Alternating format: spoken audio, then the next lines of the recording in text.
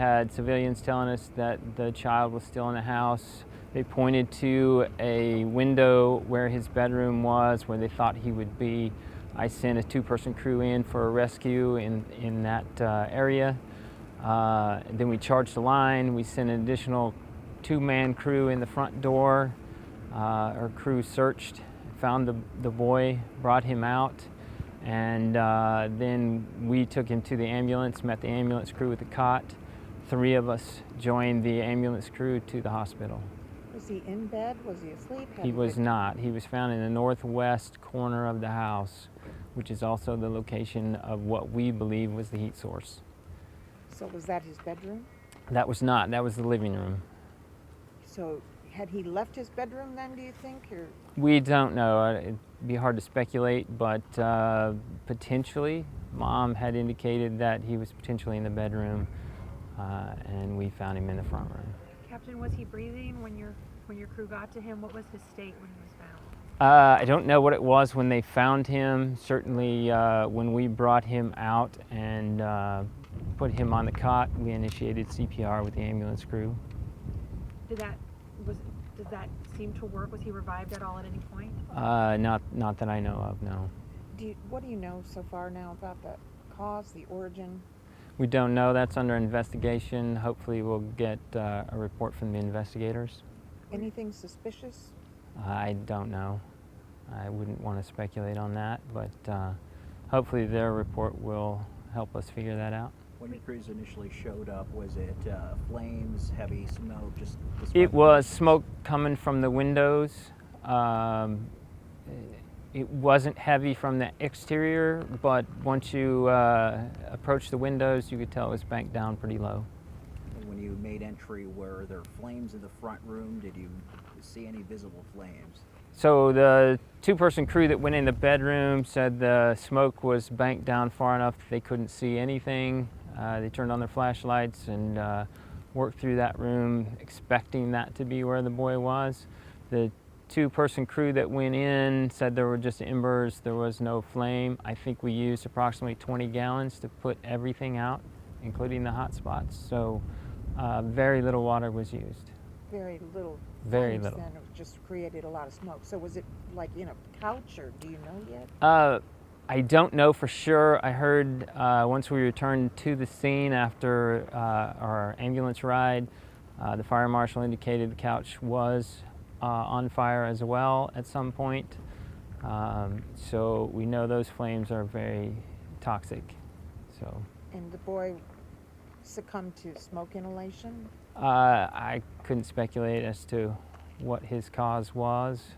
We do know that he was found right there where the heat source was. What was the atmosphere when your crew showed up to the house? We spoke with a neighbor who said the mother was distraught. What were you seeing when you all arrived? Well, understandably, she was distraught. You can only imagine what that's like. We had many bystanders, eventually had sheriff's officers and police, all trying to do what they could do, which in this case, the smoke was just too much for anybody to go in without gear. From time of arrival at the scene to when the little boy was found, how much time had elapsed? Let me look here. We were dispatched at 22:09. We arrived at 22:16. The boy reached the ambulance at 22:27. Those are times given to us from dispatch. So just after 10 last night? Correct. I'm trying to count backwards. Correct. And yes. Tell us, this is a volunteer department. It's a small town where most people know at least somebody else, connected to this family. What kind of a toll does this take on you and the firefighters? It's pretty difficult. Most of us have kids.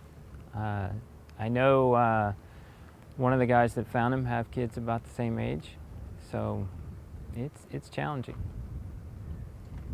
And when they found him, were they able to see him, or were they at this point? My understanding is they were able to see some of his clothing.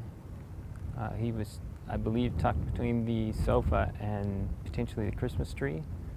So it was between the sofa and the Christmas tree. That's my understanding. So it was not out in the open. And the tree was also on fire? I don't know. I was outside. Okay. And so as for a cause, what do you have to do now to try to figure out what happened? It's really in the investigators' hands, and they will determine cause. They'll do their investigation. Hopefully, they'll be able to figure out what actually was the cause. This is the fire marshal's office? Yes. Okay. Relatively small fire, quick attack on your ends, but it ends in this tragedy. Yes. Smoke alarms. There was one working, one not? We don't know for sure. We do know that the mom specifically told me that's how she knew there was a fire, was that the smoke alarm had gone off. Could you hear it when you got there? No, not at the point when we got there. And were there two in the house and only one working? Or I don't know. I never made entry into the house. I was on the exterior. Okay. I didn't know if that was part of somebody's report or It whatever. will likely be part of the investigation. They'll probably make some determinations as to what they find, whether or not they find smoke detectors. If the heat hasn't melted them, but they should at least be able to tell whether or not there were detectors available in the house. Whether or not they're working, you may not be able to determine. Captain, in your experience, what types of things usually smoke but don't, burn with heavy flames that can be found in a house? Well, that certainly is dependent on the heat source, how hot things get. There's lots of variables in that, so it's hard really to say. We'll have to wait until the report comes out. Was there fire in the walls? I don't know. Because it didn't come outside, so it sounds like it might have been. I'm not sure. We'll have to wait for the investigator. How long do you expect that to take, sorry? I'm not really sure.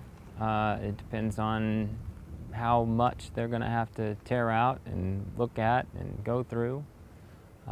It's really hard to say. Our understanding is that sheriff deputies actually try to help out before you guys arrived. What can you tell us about that? Wellsville Police Department, excuse me, was on scene when we arrived. I don't recall the deputies being there until after my first in crew and probably my second in crew. But the deputies were at the doors and windows, attempting to do what they could do. It's very difficult in that situation. Certainly the mom made an attempt. I think neighbors made an attempt. We have a firefighter from a neighboring department that lives in Wellsville who also made an attempt, and none of them could go in. Was he in originally, I guess? It was his bedroom in the front of the house or the back of the house? The spot where we were pointed to was the front bedroom in the house. Okay, so the one where the window's broken out? I don't know. I don't recall. Okay. But it would be that front bedroom. On the So it'd left be as you're the looking at it? Right. on the right. Okay. So that would be the southwest corner. Okay, gotcha. All right. Any advice then that you have now for parents tonight? Not really. I mean, it's until we really understand what happened. It's hard to say. Other than teach your kids maybe to close their door if they're not in the fire, to close the door and stay there until somebody can get there. I don't know whether that would have helped. We don't even know if he was really actually in the bedroom, so it's really hard to say. And keep your smoke detectors. Yes, definitely.